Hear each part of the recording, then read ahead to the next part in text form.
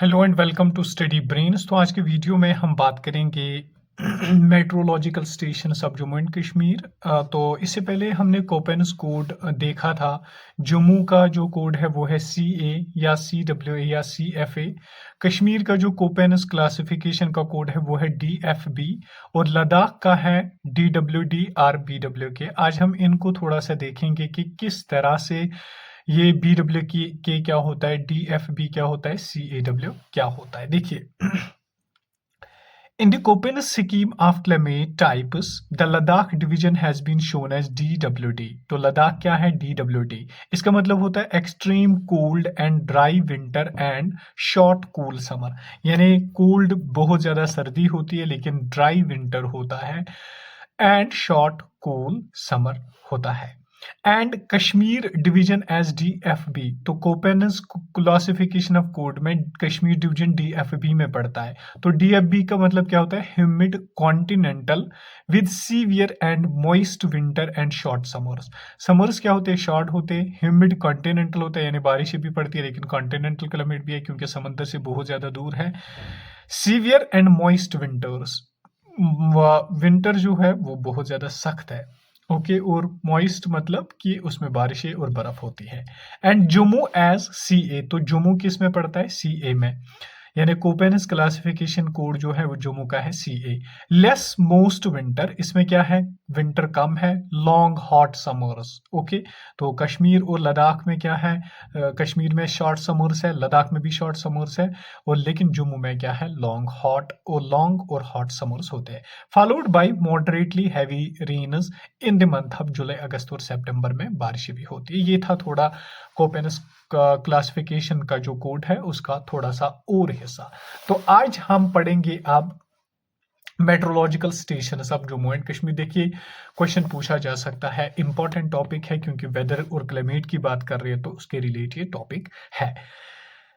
Earlier Jammu and Kashmir has 11 meteorological stations. कहते हैं कि जम्मू एंड कश्मीर को कुल टोटल 11 मेट्रोलॉजिकल स्टेशंस थे लेकिन हाल ही में और 4 दिए गए तो कुल मिला के 15 meteorological stations Jammu and Kashmir को है। आपसे क्वेश्चन डायरेक्ट पूछा जा सकता है कितने मेट्रोलॉजिकल स्टेशन है जम्मू एंड कश्मीर में? तो 15 लिखना चाहिए। लेकिन जो अभी 4 मेट्रोलॉजिकल रिसेंटली मिले उनके ऊपर भी क्वेश्चन आ सकता है। देखिए, उनमें से 2 जम्मू में और 2 कहां पे है? कश्मीर में। जम्मू में कहां पे है? जम्मू एयरपोर्ट एंड माता वैष्णो देवी श्राइन। कश्मीर में कहां पे है? डल लेक एंड श्रीनगर एयरपोर्ट। इन 4 को याद रख लीजिए। जम्मू एयरपोर्ट पे माता वैष्णो देवी, तो उनमें से 2 जम्मू में है और 2 कश्मीर में है। कौन से 2 जम्मू में है? जम्मू एयरपोर्ट यानी और माता वैष्णो देवी श्राइन पे। दूसरा डल लेक और श्रीनगर एयरपोर्ट पे। आपसे क्वेश्चन पूछा जाएगा रिसेंटली 4 मेट्रोलॉजिकल स्टेशन बनाए गए जम्मू एंड कश्मीर में, कहां कहां पर? तो जम्मू एयरपोर्ट, माता वैष्णो देवी श्राइन पे, डल लेक पे और श्रीनगर एयरपोर्ट पे। आई होप यहां तक आपको क्लियर हुआ होगा। नाउ जम्मू एंड कश्मीर को टोटल है कितने? 15 meteorological stations which provide UT forecast and weather details. तो 15 मेट्रोलॉजिकल स्टेशन जो जम्मू एंड कश्मीर को है वो क्या करते? वो वेदर डिटेल्स और वेदर फोरकास्ट प्रोवाइड करते कश्मीर को कि कब बारिश आएगी, कब बर्फ आएगा। In Jammu existing station wire Banihal, Batote, Bhadarwah, Jammu city and Katra. देखिए, जम्मू में इससे पहले वाले जो थे बनीहाल में था, बटोट में था, भद्रवा, जम्मू सिटी और कटरा में। कश्मीर में जो एग्जिस्ट थे अर्लियर, इन चारों के बगैर जो हमने रिसेंटली पढ़े, गुलमर्ग, कुपवारा, पहलगाम, काजीगुंड, कोकरनाग, श्रीनगर सिटी में। अपार्ट फ्रॉम दीज 15 स्टेशन, देखिए इन 15 स्टेशन के बगैर द IMD यानी Indian meteorological department has expanded it is infrastructure in the region. उन्होंने क्या बनाया? उन्होंने 2 और चीजें बनाई जिनके थ्रू वेदर की डिटेल्स पाई जाती है। AWS यानी automated weather station, doubled over the past decades, ये डबल हो गए पास्ट डिकेड में। X band Doppler weather radars installed in key location Jammu, Srinagar और बनीहाल और लेह में इनको बनाया गया। आपसे क्वेश्चन पूछा जा सकता है, बोलिए इन 2 में से जम्मू एंड कश्मीर में कौन इस्तेमाल होता है? एक होता है AWS automated weather station, X band Doppler weather radars भी इस्तेमाल होते हैं। अब थोड़ी सी बात करते हैं लद्दाख रीजन पे। देखिए, लद्दाख रीजन जो है ये कोल्ड डेजर्ट है, पीछे वीएलडब्ल्यू में या किसी और एग्जाम में ये क्वेश्चन आया हुआ था कि इनमें से कोल्ड डेजर्ट कौन है। उनमें हिमाचल भी था, राजस्थान भी था, लेकिन लद्दाख भी था, तो लद्दाख कोल्ड डेजर्ट है।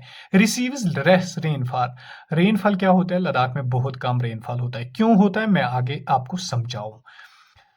It is driest part of Jammu and Kashmir UT, यानी यूटी लद्दाख, जम्मू एंड कश्मीर या यूटी ऑफ लद्दाख में ये ड्राइएस्ट पार्ट है Ladakh. Leh receives minimum rainfall.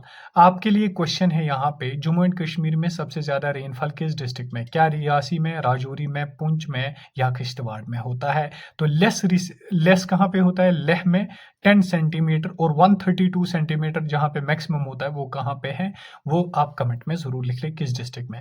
Falls in rain shadow या लीवर्ड साइड, तो लद्दाख किस में पड़ता है, रैन शेडो में, यानी जहां पे बारिश नहीं होती है, कम रेनफॉल होती है। लीवर्ड साइड भी उसी को कहते हैं। अब देखिए लीवर्ड साइड क्यों है।